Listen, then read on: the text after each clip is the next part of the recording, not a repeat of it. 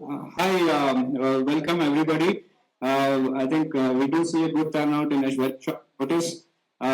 So really appreciate so many of you coming here to listen. And I also see that there is a good number of people watching live on Facebook, YouTube. Thanks a ton for all the support. We do need whatever support we get, morally. I will, many of you know me. Since we are already in Beehive, but I'll sort of give a short intro. I'm Shesh Paplikar. I'm the CEO and co-founder of BHIVE Workspace.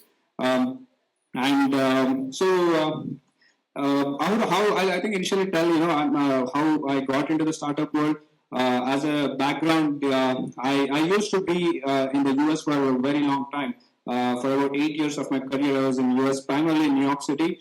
A significant part, I was a technology person. I used to work in Bloomberg in New York City, and then I was sort of startup in New York City. I came to India to set up development center, and I knew that the reason I was coming back was also that I knew I wanted to get into entrepreneurship. I think I'm sure there are a lot of people out there who are thinking of getting into entrepreneurship. There are a lot of people who are entrepreneurs who are probably going through a lot of problems, etc., where lessons needs to be learned. People need to share. I think some of the context, those are some of the reasons why I'm talking. So I came to India, and one of the things how Beehive got started was I did see the infrastructure. Everybody comes to India from US and they say, hey, infrastructure problem. Somebody has to do something about it, right? I knew that as a CTO, I was spending significant amount of my time trying to do things which a CTO shouldn't be doing. I'm setting up internet, I'm calling call centers that internet is down. I'm looking for coffee and toilet. I go to restroom, there's no toilet paper. There are problems which which was hurting my productivity, and I knew that something better has to be there, which is because as a founder you have very less time. Time is money. You're actually your quit job and come, you're actually losing money on a daily. Every second is precious. So essentially, to have a really productive work environment where you can totally focus on your work, maybe opportunity cost is much bigger than the delta you would pay to be in a more productive environment. And so, or probably sometimes it's the delta is actually negative. It might be cheaper. So that's how Beehive got started, and we have been very successful. To give a sort of history on the funding side, in fact, I started with my personal money. I was lucky enough to have been in US, and dollar went up, rupee went down. I came, I made, I sort of invested in real estate, made some money. So I was lucky, I think, where I was in a situation where I could take some risks. So, I could come full time. I do believe that you need to be full time. You need to jump in. That's what will make you better. That's what will make you, learn. And you can't become Steve Jobs by being half-hearted. And trust me, if somebody Steve Jobs became Steve Jobs, he would have gone through amazing trouble and difficulties which would have come out of. And I'm glad that I've gone through a lot of troubles and willing to share it. Also, I would sort of, this is sort of a little bit of startup journey, right? That eventually, VC firm has put money. There are times, I'll also tell good sides of it also. And to put in, I also would like to clarify why I'm doing. I think more than why I'm doing, I can probably tell why I'm not doing is I'm not really trying to get back at somebody or hit out at some fund which might have been not so favorable for us. Also, I think it's not really to go out and tell that Beehive is in a desperate situation for funding, which really is not true. So these are not the reasons, to help funding or something. I think the reason is really, I really came out and started to be really honest. I wanted to do what I love. And I believe that, to do that, I want to honestly share my experiences. It's not just about good experiences. There are, very bad experiences as well, which has sort of pushed me to the wall also. I think that's one. And probably, I would want to an extent, make sure there are a lot of rumors out there about us as well. Which other people, some of the other are in a much better position to spread rumors. And I don't have time.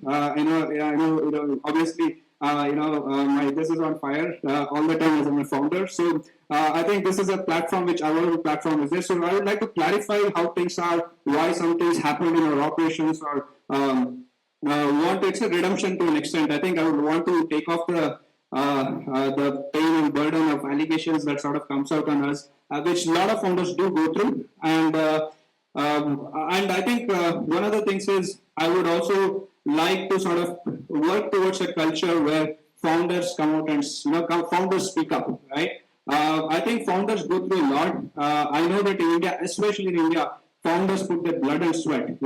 Unlike I think compared to Silicon Valley in India, founders have to put their sweat, blood and sweat lot more personal things are at stake in India. Trust me, as a player, probably 10x more than Silicon Valley. I've lived in US. I know what it is to be a founder in India, right? And at the same side, a VC in India has probably got much lesser skin in the game than a VC in US, right? So double whammy. You're actually, the odds are much more against you here. And I think the only way the ecosystem can become a lot more healthy is that founders speak up. You are not in a zamindari system where you speak up against the zamindar, all zamindar is going to come and kill you. I don't really believe that's true. I think there has been huge debate within company. Multiple people have told me, Shesh, talking in private is okay. If you go on to speak up outside, hurt the VC community, nobody will go to put money, will go bankrupt. I'm like, that's not true.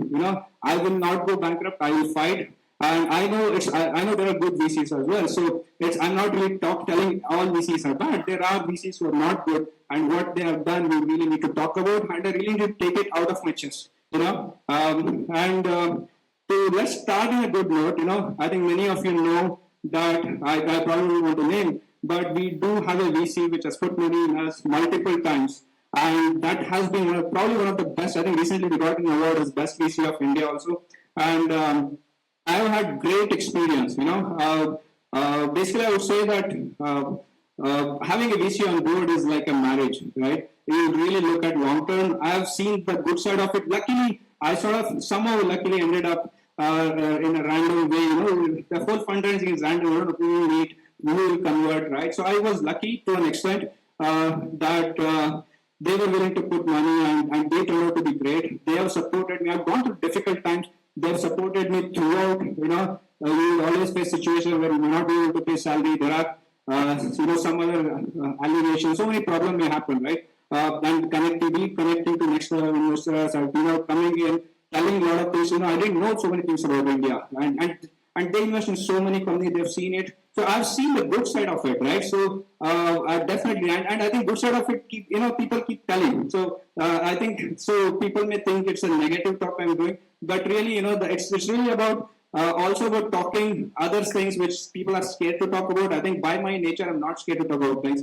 So good side, a lot of people know my VC is on the board is amazing, one of the best. So totally go with them. There is other side is I think what I can talk about is that there are definitely VCs out there who are bad. VCs are not God. And I think that's something where people need to be careful about. And my own personal experience, my belief by dealing with Indian VC community, I'm not trying to sort of defame the Indian VC community, but I think the percentage of bad VCs in India is probably much bigger than Silicon Valley. I'll tell you the reason. I think the reason is also logical for me is that I think Silicon Valley, the ecosystem is much older. A lot of people who are VCs today, they have gone through the grind. It's probably like multiple decades old. So VC today has done multiple companies, failed, gone through the grind, and they know what it is, right? So when they're sitting out there and giving you GAN, it's actually real GAN. They really know. And when you're going through trouble, they really know what you're going through, and they will really support you, right? And I know that such people are there in India. I would see the ecosystem here is much smaller, much shorter, I would say. So a lot of people, some people probably return from Silicon Valley. There are people who have gone through the grind, but I think it's a time when Modi is doing great. India is attracting money. A lot of money is coming to India's way. So obviously there are opportunities to become a VC, right? So there are a lot of people with MBA who want to get good salary. A lot of such people are actually the so-called VCs with are like zero experience people have gotten. You will probably going and be talking to them thinking, hey, there's a $500 million fund, but you'll be probably talking to a bacha who doesn't know anything. He doesn't even have 10% of your knowledge. but he will talk as if he's a billionaire, right? So I think that's a scenario where I think in India you need to be careful, because you do have a significant percentage of VCs who are not good, who may drive you down. And I think stories are going out there that so many Indian companies are doing bad. And I think a lot of times the stories is that it's really about founders screwing up, right? That's what comes out in the media. And I would tell that, definitely, founders would have made mistakes. Everybody makes mistakes. Maybe there are founders who are fraudulent, which is all true. But, there is underside to a story, right? Why these stories come out is because, you really look at the analogy or the scenario, judge it, right? A VC would have put money in multiple companies, right? A company goes down, the VC hasn't gone down. He's putting his LP's money. He's just a salaried employee sitting out there in an AC room, regardless of who goes up or down, they're making their money, right? And you went down as a company, VC is like still has money, making a salary, they have access to media, right? Trust me, their job is to go around all the time and bitch about things, right? So they are the ones whose story is coming out because they have nothing to lose, and they obviously never going to say we screwed up, right? So, but the founder, look at it, he has put all his blood and sweat out there, he's up the wall. He doesn't want to, first of all, he probably is under psychological pressure and stress. So everybody's telling him, you are the one to blame. He would probably be believing that I'm the one who is wrong. That's one. And even if he knows maybe some other people screwed up, he's, one is somebody who's gone bankrupt, maybe nobody is listening to him. Other thing is, when he comes out and wants to start a new company, he's like, people think it's like Zamindar system, right? They think, hey, no other VC might put money, I actually want to come out. Or there are many times I've gone into depression, and in fact, some people have committed suicide. I know, unfortunately, that's also a possibility. Where I know, in fact, one of our members itself, she was a founder, and I don't know the details of what went wrong, and she had sort of shut down operations, and she ended up committing suicide. I don't know the details, but I know that, if people do go through difficult times, it's real. And, depression, look at the statistics, be it depression, be it suicide, the percentage way higher amount for a founder, no matter what's the glamour, right? For a founder, for an entrepreneur, trust me, it is much higher, probably many times higher. There are statistics I didn't want to bring out I didn't want to do this about it, but I would say it is real. I know, because we are more than 200 companies here.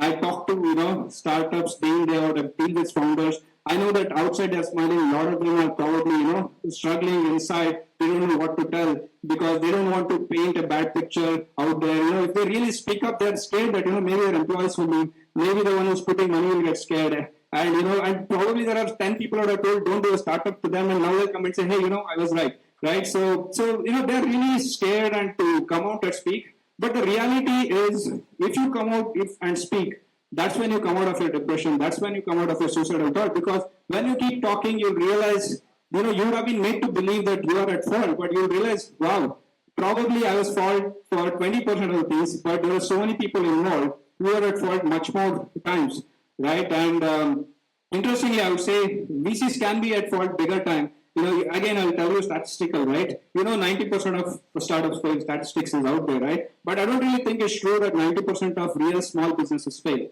right? Why that would happen is because, the game of a VC, right? A VC has taken a piece of money. They have to make money out of it, right? He's a salaried employee, so he's not God, right? So they have, essentially for them, it's okay they are looking to make a couple of billion-dollar companies, right? They have put money in, say, 50 companies, 100 companies. They are betting on the fact that 10 of them probably become a billion-dollar company. They don't get 90 companies paid, right? In fact, so if you're bootstrapping, building slow, it doesn't work for them, they don't want to have 100, $5 million company. They probably want to have a couple of $10 billion companies. So they are probably going to put huge stress on you, huge pressure on you. They are going to drive you down towards a path of extreme, scaling. All these things, it's not part of the real entrepreneurship. When you meet entrepreneurs in Mumbai, they always talk about, the old school entrepreneurs, they talk about risk management. New school, he's talking about so much risk is because the VC is pushing him towards it. They have learned some model. They're like, go capture the market, go scale up, give me this much return. Because I need to show returns, right? So essentially, you would really see that VC is okay for you to fail. At the end of the day, he doesn't have as much skin in the game as you have. But bottom line is when it fails, you may go to depression or you may even commit suicide. That's something nobody acknowledges, right? So the level of risk you are taking is way 10x higher, So always remember it, right? I'm not saying don't do it, but you are taking much bigger risk. Also, don't take VC money when you don't need it, right? Let's say you've taken friends and family money, personal money, play it safe. I would say go slow, learn, make mistakes. The mistakes should never be so big that you're dead, right? Or your company is there. It's not worth it. So never take a risk which is so big that you can't like take the learning, right? So you're essentially, I would say, as a obviously, I think good route is obviously go with angels and learn the business, do mistakes. Sometimes no matter how much you have read, it's amazing. I would have read the same things. 100 people have told me the same thing, and in the hindsight, you really did the same mistake. But you know what? In reality, sometimes you have to learn the hard way. But so that's okay to learn the hard way, but don't make it too big. I think that's one lesson I've learned. And other thing is, I think I would like to tell people that VC is it's not all glamour, right? Like it's like a marriage to an extent, where it's really you should look at long term. If you have a VC sitting on your board, be looking at long term, not short term. In a marriage, if the other person is very good looking, or they have money, if that's the only reason you get married to, without looking at compatibility and long term, it's not going to work. The glamour may be, it will go away in 3 months, right? Bottom line is the same thing. A VC, you have probably never seen $1 million, right? A VC comes and tells, hey, I'm putting $1 million, you feel like, wow, I've become successful, right? But believe it or not, that's not fully true. You don't go by the glamour, don't judge it just by the number that's coming in. I think I would say there are a lot of lessons out there. You need to know if this VC will fit in, is there a compatibility, do a background check. I think a lot of people are like, so, and obviously you have put your blood and sweat, you will be vulnerable. You may think that the first person who came and believed me is the God, and you will be like, and I think when you're so vulnerable, you're willing to trust people, and I also done that, and you can be easily taken for a ride. So don't, so be very careful, I would say. I think some of the lessons I'll go over, and I will probably go over a story of mine. I think hopefully it's hopefully a powerful story to sort of tell how the things can go and how some of these lessons fell in place. I think background check is super important. Unfortunately, because people are scared to talk about anything bad about VCs on Google or internet, you will not easily find it. But I think you should make friends. You should meet people with whom, let's say, ex-VC is trying to put money. You need to probably go and talk to multiple companies where they put money and ideally find companies which have gone bankrupt where they had put money, right? So you'll sort of get to know the real story. That's not easy to do because you don't have a lot of time, but at least any background check is useful. Like if you're getting arranged marriage, without background check, I think it's not really fair, right? I would say I think another important lesson to go over is that the terms, right? Again, there's something called funding trap, right? When you get an offer, you end up signing term sheet. I would say make sure that you negotiate all terms, every detail before you sign the term sheet. I'll tell you as my story what happened. Don't sign the term sheet till all the terms are negotiated, till you have gone to a lawyer and figured out that your interests are protected. Because people may tell you something else, they'll say, you know what, this is not legally binding, it's a shareholder agreement was legally binding, so let's figure out later. That's the funding trap, okay? So basically, you should know that the odds are stacked against you. You're talking to VC, you're probably done hundreds of deals, you're talking to hundreds of companies. For them, it's like, midnight also they can get up and do this. They know the flow, how to do this, right? You don't know, unless you have done multiple companies and learned it or heard from somebody. Make sure you learn, negotiate all the terms before signing, especially your own interests. At the end of the day, I think it's important for you to take care of your own interests because a lot of people have trusted you and put money on you. And you could use foreign money, your family has trusted you. Tomorrow you go to depression or commit suicide, at the end of the day, company will go down. So it's very important you protect yourself, right? Don't let the VC take over all the control. Then I would say essentially, I think another lesson, these are technical, I don't know if everybody will get it, but once you sign term sheet, there is a time between signing term sheet. The time you sign your shareholder agreement, try to keep it as minimum as possible. What I would say is that there are things like, let's say there is legal due diligence, financial due diligence. Let's say you are close to signing a term sheet, maybe you should get your own legal and financial due diligence done and sort of tell them, you take this report and get me, I'm not going to give you a very, very long. In India, probably people ask for very lengthy, exclusive time, which is a funding trap. Make sure that the time gap is very, very minimal. I'll tell you my story, you'll understand why. Other thing is, I think this is true. You never get into a deal which you cannot walk out of. Never be desperate, right? Even on the last, a deal is never done till the money is hit your bank account, right? So I would definitely say that even the day before money hits your account, you should be willing to walk out. Otherwise, you are in a trap. Otherwise you are in a psychological mess. You are probably getting screwed. So be careful. Be prepared to walk out of the deal anytime. That's true in everything, in sales, etc. But with a VC, with an Indian VC, it's absolutely much more true. And I would say, so that's sort of never count on the money which is not there in your bank account. Don't make decisions based on term sheet is not binding. So don't make decisions based on the money which is not there. I think the other thing is obviously there are multiple prospects, right? If you really are in a good scenario, which we are, also is that multiple people are interested, trying to understand a VC talks now, they'll say, hey, I'm the good guy, just leave everybody off. Don't leave everybody off. Keep talking to multiple, you're not cheating, you're not cheating anybody. He's talking to hundreds of companies, probably talking to all of your competitors also. He's probably stealing your data also. No, this is a game, okay? Don't get carried away, don't be vulnerable. Make sure that until you sign term sheet, you continue talking to multiple people. And obviously, once you sign term sheet, it's like there's an exclusivity period. You can't talk. That's what I'm saying. Obviously, I'm not telling you to do violation of law, but till you sign, obviously, you can talk to multiple people. That is your right. You have put your blood and sweat. Don't give up your right. Ensure these things are taken care of. I think I'll go over my story. Hopefully, I think many of these lessons will come out as examples, and maybe there are many more lessons also which are there to learn. I would say, let's say, what is Beehive and how it all happened, right? As a background, as I said, not to sort of, why somebody would do a startup, right? Was to have a passion and to go back to my days, right? I was in the US, and I had one of the best jobs. I used to have a really technical product manager position, Bloomberg, which Bloomberg is almost like Google in the financial world. Very, very good technology company and very prestigious company to work for. I was part of Bloomberg, and to say, I used to own a BMW convertible. I used to live in Manhattan. Beautiful wife. She was like doing PhD in New York City. So look at it in every way. When I was a kid, I probably would have dreamed I will go there. But I realized, what I'm having all this, but this is not what I actually want in life. I want to follow my heart. I want to make a difference.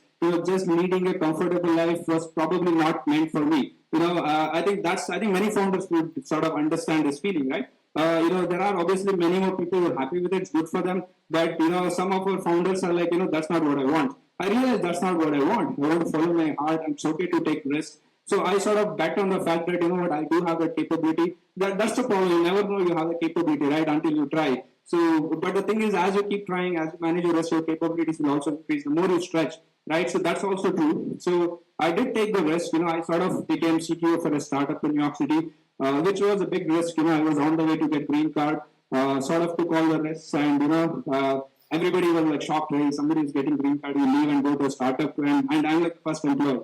And then I moved to India. I think it was like a big decision, right? Wife was doing a PhD in New York City, or sort of moving to India. Everything was all set. You don't know, like you're coming back to India for 8 years. In sort of way, in India is constantly changing. I almost like coming to a new country. So I took all those chances, followed my heart, came here, and overall, I set up that development for other company. But eventually, when I started my company, the bottom line is I put all my money, right? It's sort of all in some sense. Is I invested my own 50 lakhs family money, into the company. I'll tell you why it's important to know all this. And on top of it, people believed in me. It's friends and family, right? Some of my relatives.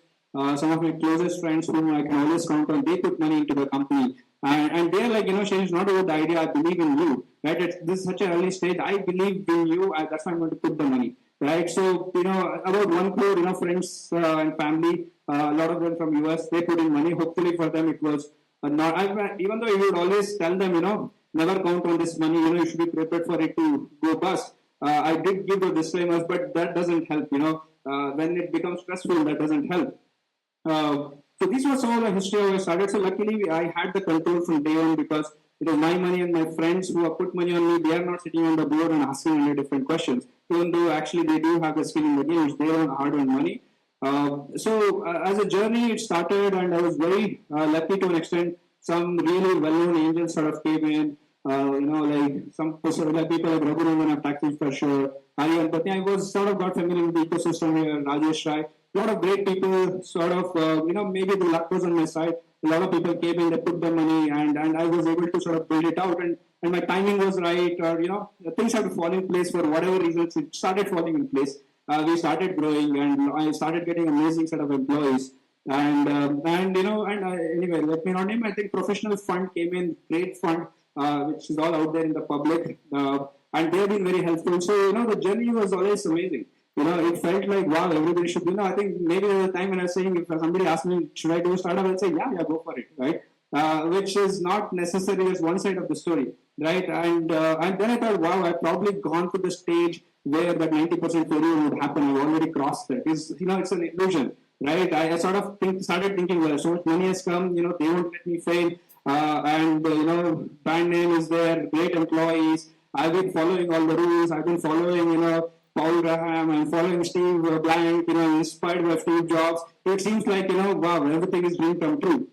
But, what happened is interestingly, you are there to share. You may never know how fast you can go. I'll tell you how it happened, and we recovered back also. That's another story. Is essentially, back in, let me say, back in September, there was a situation where we were like having a term sheet where the money is coming in from some ex, let's say somebody ex company putting in, so there were business decisions we were taking. That person was a stakeholder, so obviously it was I could count on that money. So the business decisions that we were taking based on that. That like this property, you sign a property, there is deposit, there is rent, there is interiors, then you have to generate revenue. At a high level, it's simple for many to understand, but there are complexities eventually, right? And then we were actually the burn was very low, just to it's luckily it's a good cash flow business, unlike whatever you see in the newspaper, our numbers are not like that bad, we were almost like let's say we were spending. We were like making 40 lakhs per month and spending 50 lakhs. So like 10 lakhs burn, and my runway was extremely strong. I had enough money runway. So I was like, it looks like, wow, you're out there, right? That gives you the confidence. So the confidence is I go and I talk to people. People are confident to put money. So and I reached a stage where there are multiple term sheets coming our way. It was like, also maybe because WeWork is coming to India. WeWork is one of the highest, well, $20 billion plus today. So obviously, there's money out there which has to be put somewhere. It can become $1 billion. So people are maybe Shesh is the one who's come from New York will make it $1 billion company. So multiple people are chasing me, right? So despite that, you are thinking that multiple people are chasing you. Burn is so low, your runway is so great. A cash flow positive business, great set of employees, great opportunity out there. Wow, everything is right. Nothing can go wrong. But trust me, things can go super wrong if some of these lessons you don't learn. I think in that time what happened, there is one particular large funding, one of the biggest funds. I'm not scared to talk about it. In private, it's a different story. In public, I can't give the name. They jumped on the gun. They're like, hey, there's term sheet out there. I'm also going to go give my term sheet. And they somehow sort of came in and, you're a vulnerable situation. They came in and a lot of advisors felt it was one of the biggest funds. They came at the same terms. It's not like they came with new terms, which somebody else was willing to give. But this was a bigger fund. They played those cards. Hey, I'm a bigger fund. You take money from me because you are a business which needs a lot more money. I'm going to put more money in future. So something they had. So obviously, it seemed like okay. The background check also was indicating it's probably was not the best fund, but we took our chance because at least the person whom we was dealing with us in that company does have great reputation, have great respect for him, but not everybody in that company, right? So I thought, okay, this is a person, great reputation. He's the one who would sit on board. So it seems like even though the main person has super bad reputation in private, I'm going with it.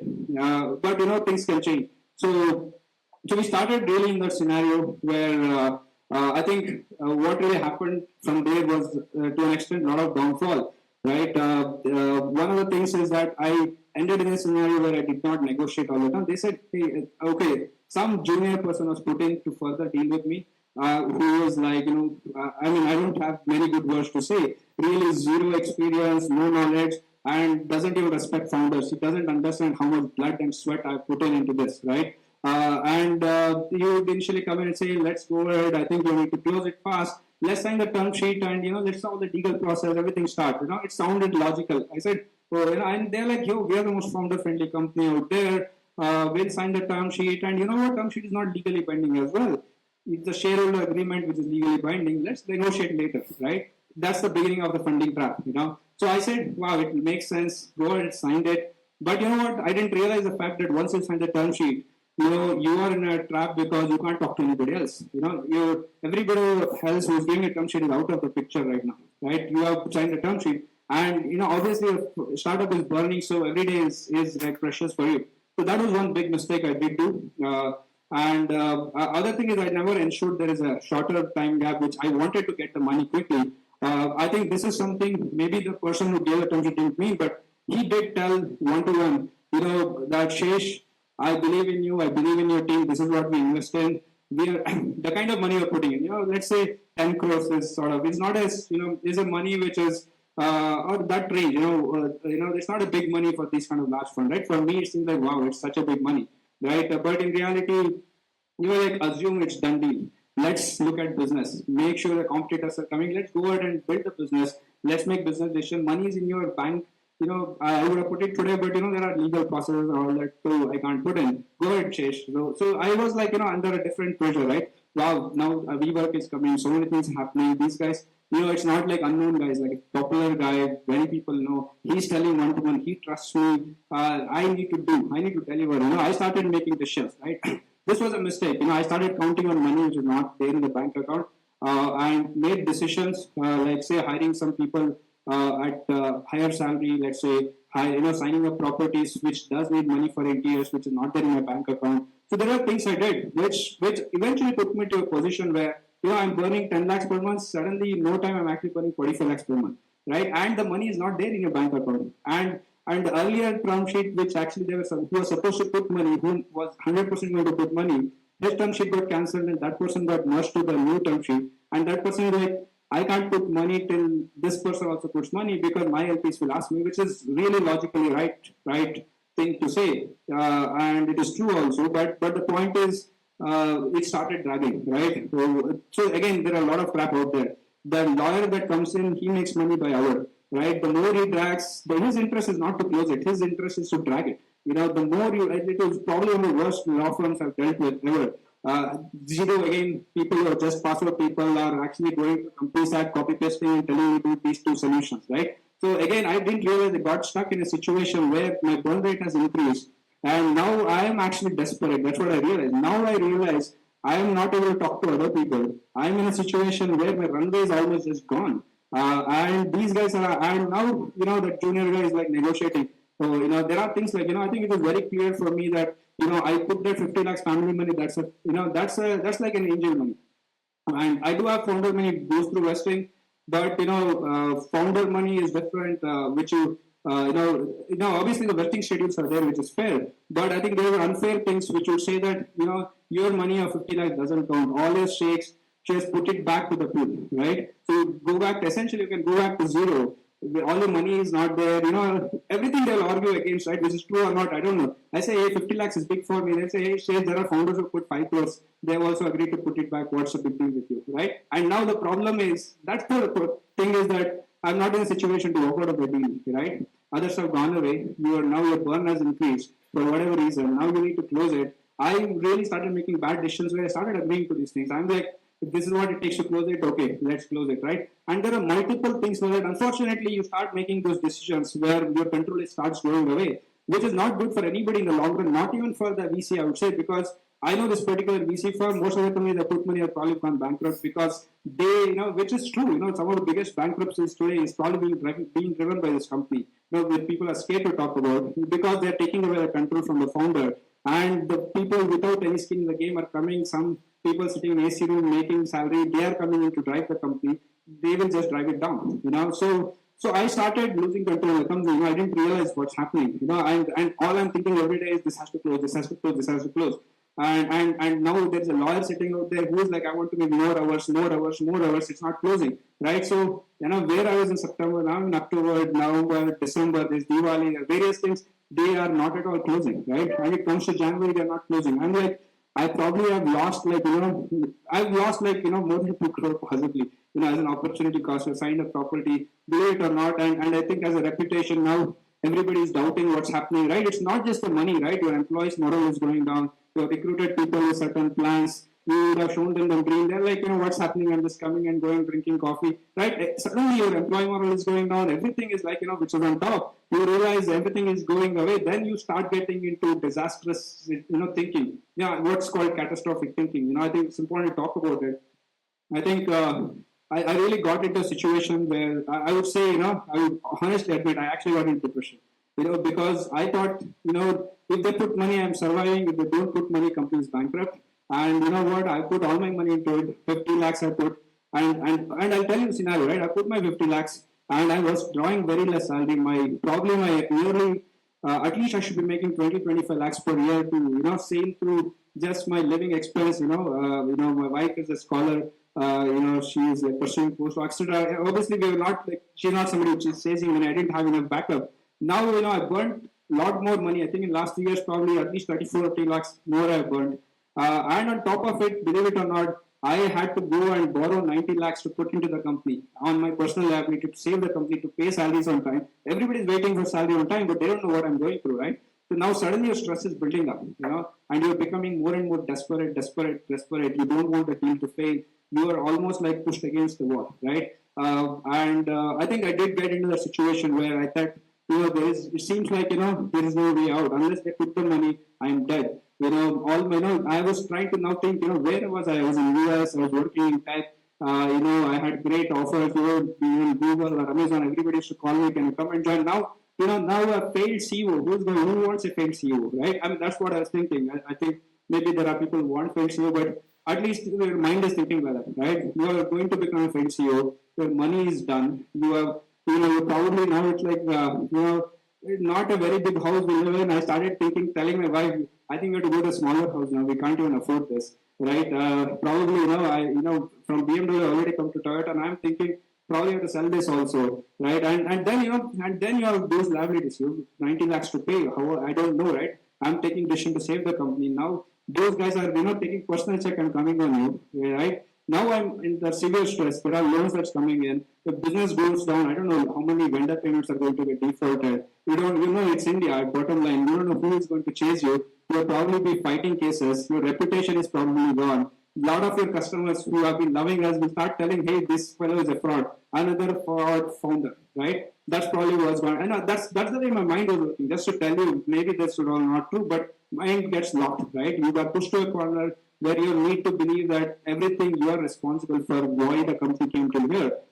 So I really was thinking, I am responsible for all these things. There's so many things happening. And now I think the biggest problem was, once the chips are down now, you can't even go back to the closest friends and family because they have also put in money in a company which is probably going to go and get bust. Now I can't even show my face to them, right? I'm like, what? This is like, I didn't even realize, wow, everything is looking awesome. Now you're in a situation where you're probably just done, done. I would definitely say, let me say, depression was just one step. And I'd be very honest to admit that, in fact, I've come to a situation where I thought suicide is the only way out.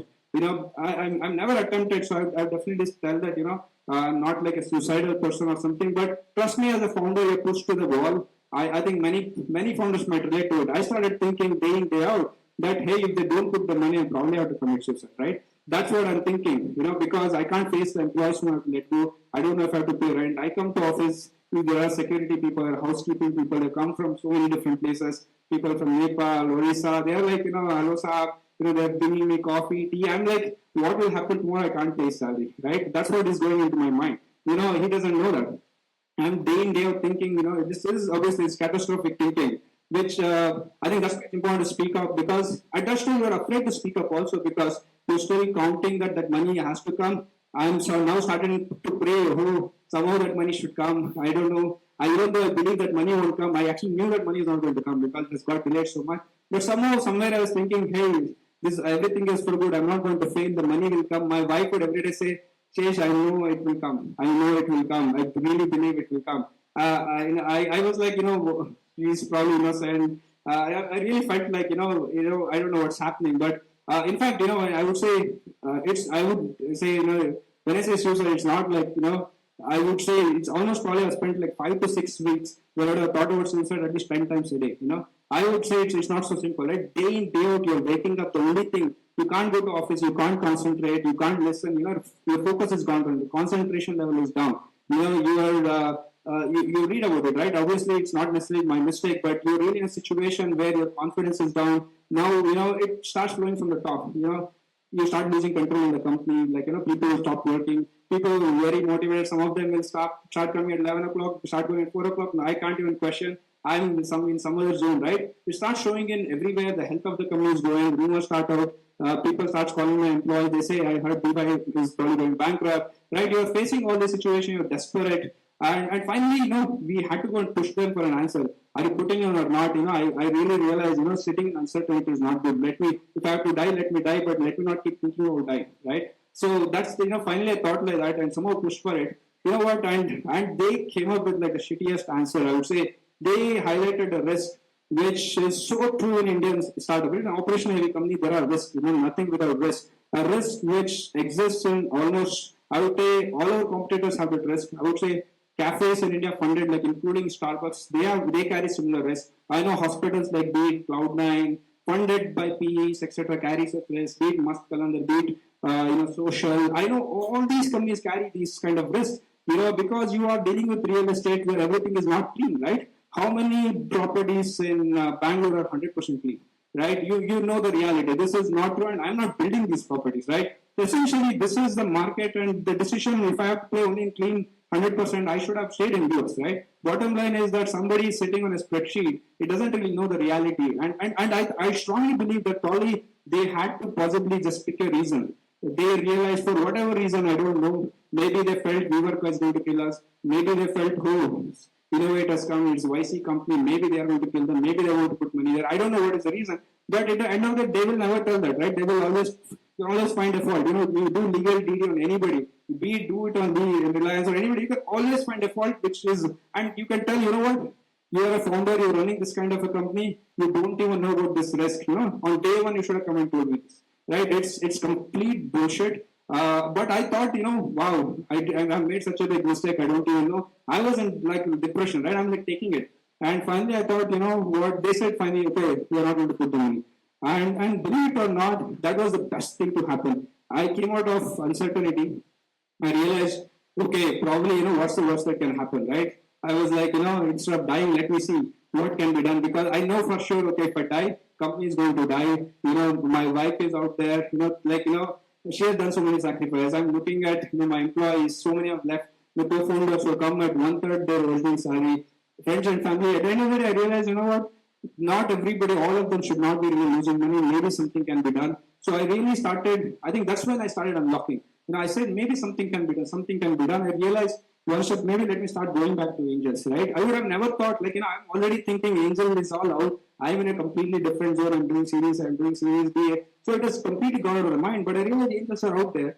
I took a couple of weeks, like a week, I had to get all the tech end all ready. And then I started reaching out to angels, and I told them this is what happened, right? And believe it or not, in 1 week, we got like 1 crore commitment. And also, obviously, there was other investor existing who was putting in a lot of money. And I realized, wow, I did not even think like this, right? I was always thinking catastrophic, but you know what? There is a way out. There is always a way out, right? One has to believe that there is always a way out. It's just that when you're pushed against the wall, you won't realize there is a way out, and you are thinking, don't. So that's why I want to tell the founders, don't think, if you're in depression, you come out and talk. talk out your scenario. And when I started talking out honest, first I thought if I really tell my situation, nobody's going to put money. But then I realized when I'm talking, people who wanted to put 5 lakhs, they said I put 10 lakhs. People who want to put 10 lakhs, they said I want to put 20 lakhs. And they started analyzing. I started talking to people in Silicon Valley. They're like, man, how did your process go like this? In Silicon Valley, if you do legal DD with 3 months, it never happens. If there are certain violations, you pass a good resolution, tell that I know there are deviations, it will be fixed, you're done with it. Right? You sign term sheet in a week, you're getting money, right? I started realizing, wow, it wasn't really as simple as that in Silicon Valley. I'm like blaming myself. And I realized that, what, maybe, the reason they gave also I thought was very, very genuine. But when I went out and really started looking, I was sort of having a drink with one of my really close friends in social. He said, boss, that's the problem. He said, you look at social, they have exact same problem. They have PE money, they have this money, right? I realized, wow, this is not a genuine reason. Some bullshit reason they might have told. And I think other things I realized was, what, I am a founder. I am like spending like 24/7 at the office. I'm dealing with employees, various problems. But look at the other side of it, right? They're a VC, they are out there talking to multiple people, they are spending time partying. So people ask, hey, what happened to Beehive, right? Obviously, they are not going to say, I screwed up. They'll say, Beehive, we were doing legal diligence, something is wrong. Now, people out there, I think this is really redemption for me, that people out there who think, hey, maybe Shesh has done some fraud, maybe something is wrong, maybe these guys are stealing money. You know what? The same story out there, like this company has happened here also. That's what has started happening. I think that's why it was important to come out, because I think the scenario is also that I know, like, my employees started getting calls from outside where people are, Beehive is a popular company, right? That sometimes can become a bad thing also when things go bad. Everybody, like, other companies are calling and saying, I heard Beehive is going bankrupt, so why don't you come and join here? And founders, some of the renegotiation of clients, some of them are like, hey, I heard Beehive is going bankrupt, I'm really scared to stay because my business is increasing. And it was really hard to fight out because, you are like, you're an underdog at the end of the day, right? And you have everything in place, but the other person is probably spreading rumors intentionally or not, because people are asking them what happened, and they will always justify themselves, right? So I think that's why it was important to come out to tell that nothing is wrong. We are not going bankrupt, believe it or not. I think the space at which we are closing funding is, that many months, believe it or not, if I had spent time with angels, I would have raised much more money, right? If you really look at my network of people, like, half of my classmates, I'm from NIT Surat, half of my classmates, more than half of them are in US, in Silicon. For them, a lot of them have made money, a lot of them have made money in Facebook IPO, LinkedIn IPO, and I was in New York City, I know people in PE, etc. If I really start thinking, what, is it really sometimes I felt worth going to a VC? I could have probably raised so much money from angels. They wouldn't have been asking for board seat. They wouldn't be driving me towards bad decisions. So, it's important thing. I'm not saying don't go to VC, but I think it's important not to be desperate. Unless you find a good VC, there are definitely many other options out there. And I think that's something really, really important. And obviously, I think other lessons is if you are in depression, speak up. Don't be worried whether it's VC. It's not it's not a zamindari system out there. I'm not telling. It's not like I'm telling every zamindar is bad. Every VC is bad. I know VC. I know my experience was actually super positive, right? But I think you should be aware that in India, be careful. There are VCs out there who are not so great. And if you are in depression because of whatever reason, come out and talk, because your mind is locked. Your mind is locked. And there is this concept, there is a concept called selective bias. In fact, believe it or not, I actually had to go to a therapist to come out. So I learned all these things. There is a selective bias, there is catastrophic thinking. I realized I went because I knew suicide is never the right way. You are somehow locked, right? I knew 100% it's not the right way. And if you need help, you need help. You want to go. It's not really a shame to go to therapist, right? I was so proud, when Deepika Padukone came and said, I went through depression and I come out of it, and she does, I see holding shame survivor, right? It's really important, right? Because it's really important to come out and talk, because that will help, because it's not really stigma. It's really strong in the, I think I would say, entrepreneurs much more than a normal individual. So if it is, you come out to talk, maybe there has to be groups, and when you talk to many people, you realize what they won't think catastrophic. They will be normal people, right? That's when you're talking, you realize you will become more and more important to talk. And also, I think I really thought that it's important to follow my heart, and it doesn't, if really no Indian VC wants to put money. I'll go to US and get money. I know that, right? And so I realized there are many ways to get money, right? There are thousands and thousands of people out there, funds out there. At the end of the day, nobody's doing favor by putting money. They also are under pressure to put money. They have to, if your company is good, they will, that's an opportunity, right? It's not like they are doing a favor. You are possibly doing a favor by giving a great opportunity to them. Think like that. And if you are doing well, people will come, people will put money if it is meant to be successful, right? There has been huge debate, within company or with many advisors telling Shesh, don't ever talk it out. But, I believe it's important for me to come out, and I want founders to learn lessons. Because many founders may not get these lessons in the private forums. And sometimes, you have to learn the hard way, but some of these things, it actually might kill you, right? So I think it's important to understand that not everything is glamorous out there in the startup world. Not everything is glamorous out there with funding. Please come and speak up. We need to hear founder side of the story as well. You're only hearing one side of the story that founders are screwing up. Maybe there are such, I don't deny, right? But there is other side also. I think it's important people hear out other side of the story and come out. And I think biggest thing I learned is that what doesn't kill you makes you stronger. So I want to really tell that, what, it did not kill me. It was almost like a great lesson I learned in a couple of months, maybe a couple of crores. But, it's probably worth billions of dollars over a period of time. I'm pretty sure, I'm so confident, I'm probably much more mature individual today than I was 6 months back. I'm great. I think it would have been disastrous if that company had put the money in my company. If I had actually played, it would have been a disaster. I'm amazed that, now I started realizing, wow, it was all positive. It's actually they didn't put the money. I learned my lessons and I did not die, right? I have come out stronger. My company, it's true for the company also. The company also went to stress where it could have, I don't deny that, it could have gone bankrupt, but we turned that around so company also survived, right? It has become stronger. So believe it or not, so this is true, and you are an underdog, a perennial underdog, but keep fighting. There are many of us out there who are, fighting a battle. I see so many startups, so many people from so many years, fighting against their family. They have left big job, they're doing it. I always support the underdog. Keep fighting, and you are the one with who has put sweat and blood, right? Don't never, you don't put yourself in a desperate situation. Don't be vulnerable. Don't make, let people take advantage of you, right? I think founders are probably or entrepreneurs are probably the biggest contributors to the economy, right? It's not the investors. Trust me, and not necessarily the investors, especially who's paying with somebody else's money. They're probably destroying that money also. Yet getting the salary. And I know, there are companies where I know partners who go and put money, in a media company, probably will never make money, right?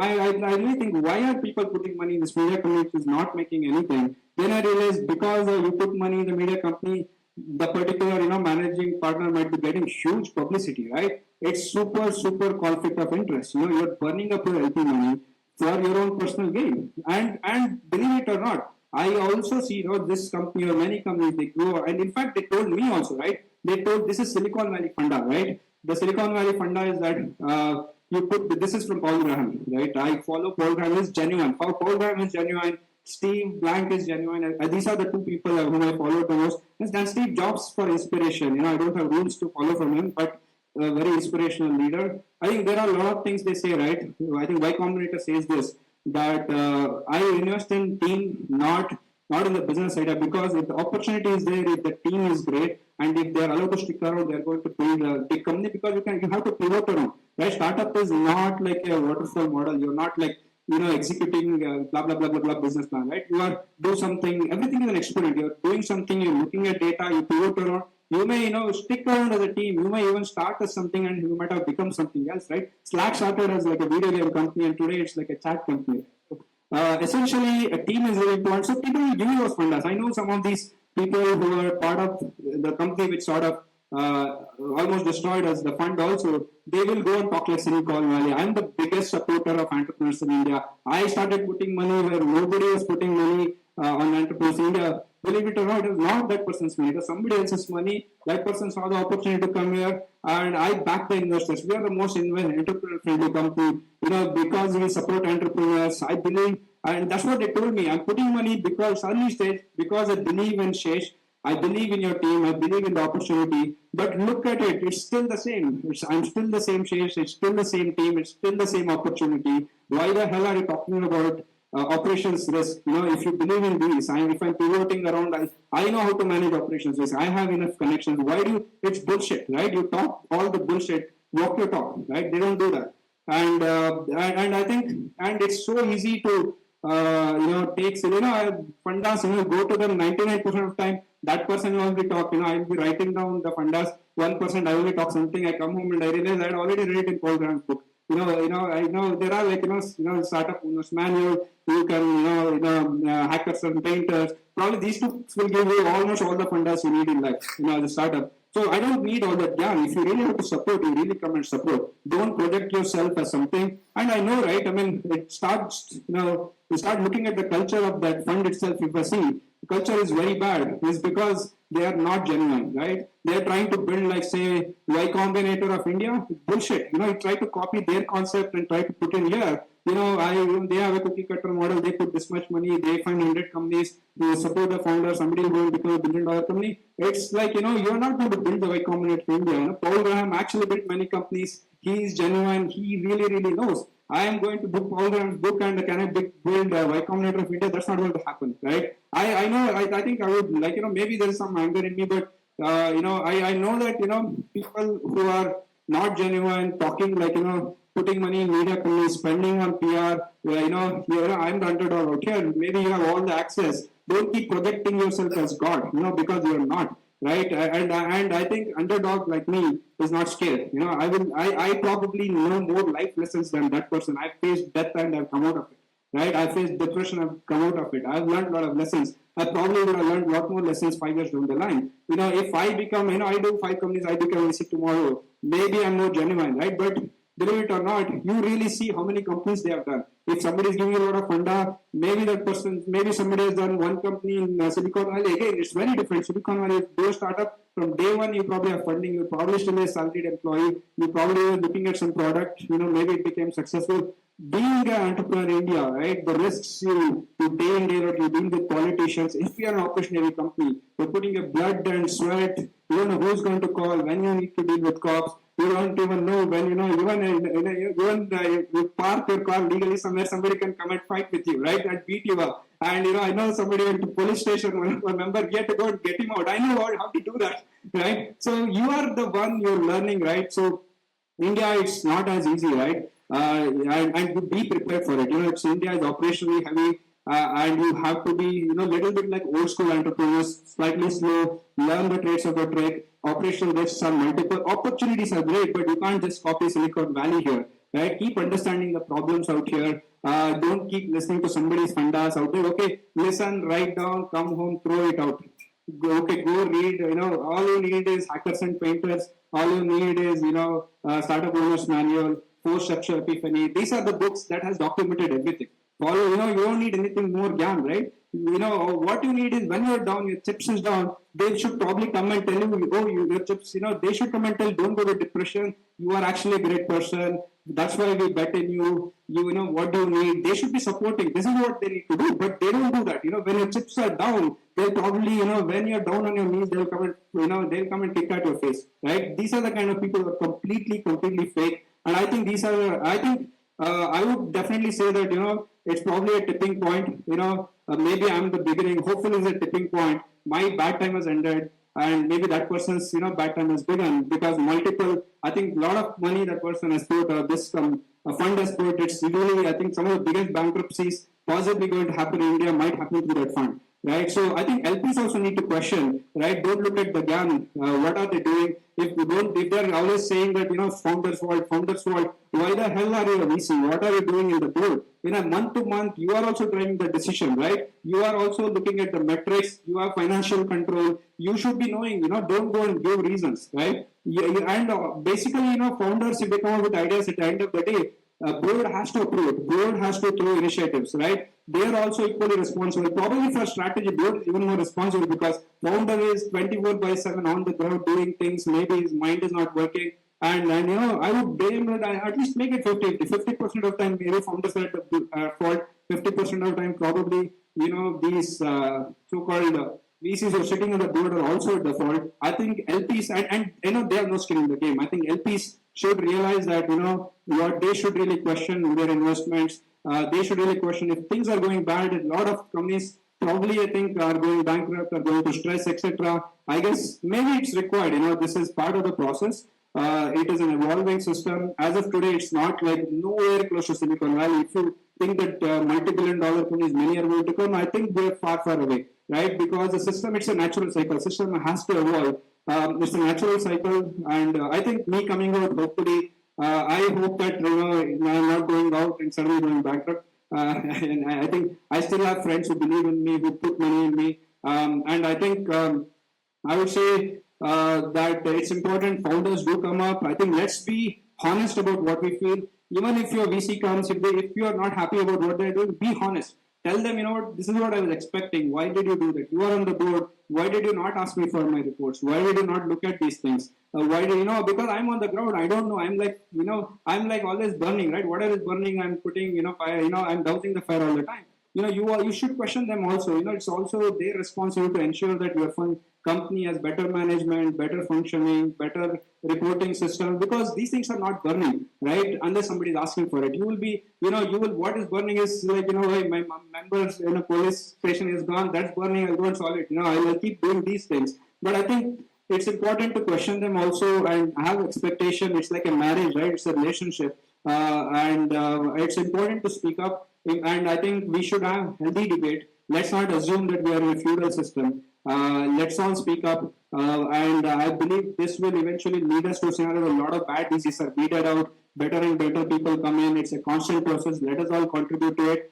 And I think, and as founders, I think should support each other. Entrepreneurs support each other, and stand up to it, and hopefully we'll build a great, great startup ecosystem. And over a period of time, I do expect, hopefully, we will also continue growing as we are. And I'm very, very confident. I know I believe today that Beehive is probably the strongest possible situation. I'm talking to I'm already closing huge angel round, also being led by my current investors, and talks with multiple funds. And obviously, I'm going to do background check. And lessons are like I am also going to keep. So I think things are sort of good. This is not about negative story. This is really something which I've shown courage to come out and talk. And hopefully people would appreciate it, and there are real lessons. If I prevent at least one person's depression, I'm very, very happy. At least one suicide less of a founder, I'll be very, very happy. At least one company did not go bust because they learned something from it, I'll be very, very happy.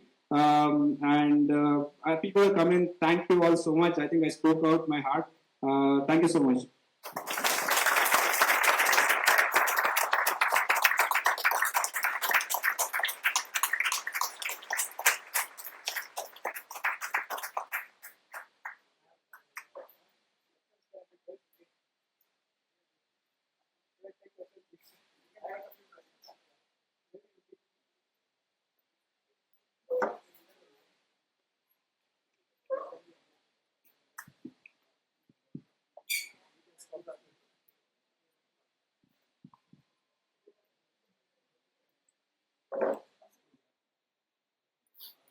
Yeah. Hi, Shesh. I'm Nagendra. I have two questions actually. You said you mentioned say no. It's like right. Say no at even the day before the fund comes into your account. But your will the term sheet says that? Okay, Nagendra, I think let me rephrase, right? So I didn't say, like to put it in, I said, be prepared to walk out of a deal, right? I think your term sheet is not legally binding. I think what it's legally binding is it does tell that it has to be exclusive for a certain number of days. Don't violate it. It's not legally binding in the sense they can also walk out. You can also walk out at any time. You don't have to have valid reasons or whatever. So engagement has happened. Just look at it. It's not compulsory to get married. So basically, if even last day you feel that this is not the right deal, don't look at short term